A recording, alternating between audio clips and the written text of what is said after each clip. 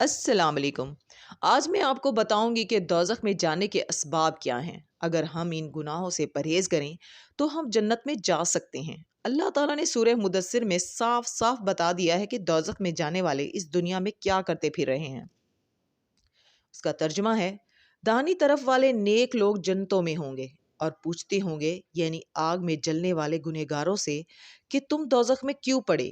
وہ جواب دیں گے کہ ہم نمازیوں میں شامل نہ ہوئے، اور نہ ہم فقیروں کو کھانا کھلاتے تھے، اور ہم بحث کرنے والوں کے ساتھ مل کر بحث کرتے تھے، اور روز جزا کو جھٹلاتے تھے، یہاں تک کہ ہمیں موت آ گئی۔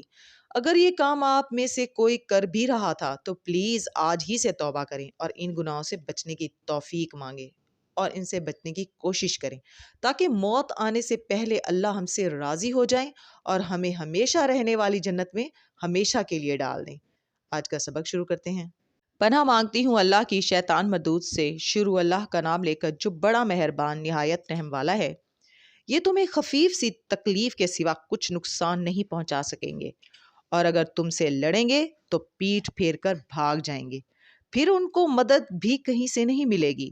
یہ جہاں نظر آئیں گے تم دیکھو گے کہ ذلت ان سے چمٹ رہی ہے، بجز اس کے کہ یہ اللہ کی پناہ میں یا مسلمان لوگوں کی پناہ میں آ جائیں، اور یہ لوگ اللہ کے غضب میں گرفتار ہیں، اور ناداری ان سے لپٹ رہی ہے۔ یہ اس لیے کہ اللہ کی آیتوں سے انکار کرتے تھے اور اس کے پیغمبروں کو ناحق قتل کر دیتے تھے۔ یہ اس لیے کہ یہ نافرمانی کیے جاتے اور حد سے بڑھے جاتے تھے۔ یہ بھی سب ایک جیسے نہیں ہیں۔ ان اہل کتاب میں کچھ اچھے لوگ بھی ہیں جو رات کے اوقات میں اللہ کی آیتیں پڑھتے اور اس کے آگے سجدے کرتے ہیں۔